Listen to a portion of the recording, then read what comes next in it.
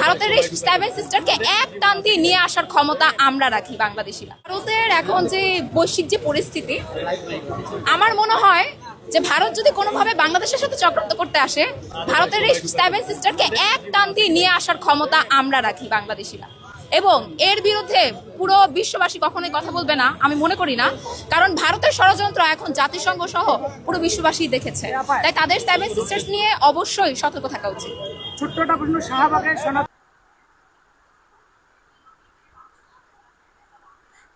মানে আমি আমি এসব কি শুনছি রে ভাই?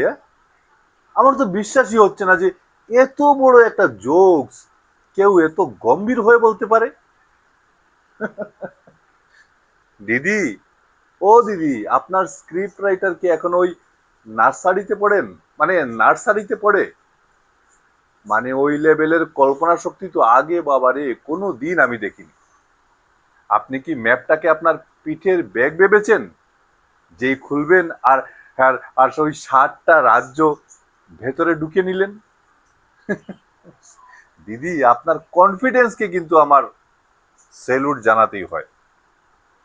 আমি তো ভাবলাম সিরিয়াস কিছু বলছেন, আপনি সিরিয়াস কিছু বলছেন সেই আশায় আমি ভিডিওটা চালু করলাম, কিন্তু পরে দেখি আপনি তো একদম ওই স্ট্যান্ড আপ কমেডি শো এর সেরা শিল্পী।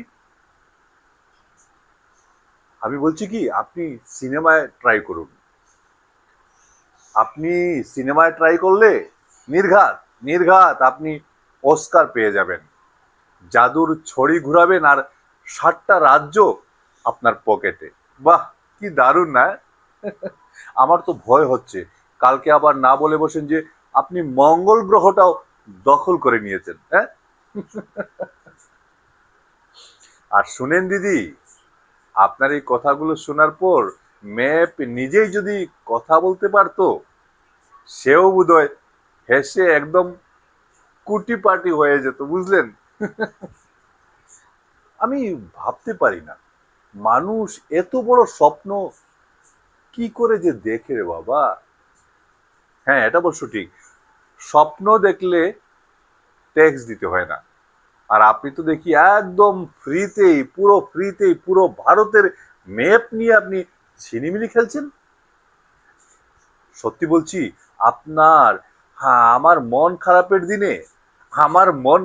দিনে আপনার এই ভিডিওগুলোই একমাত্র ওষুধ আমার, বুঝলেন?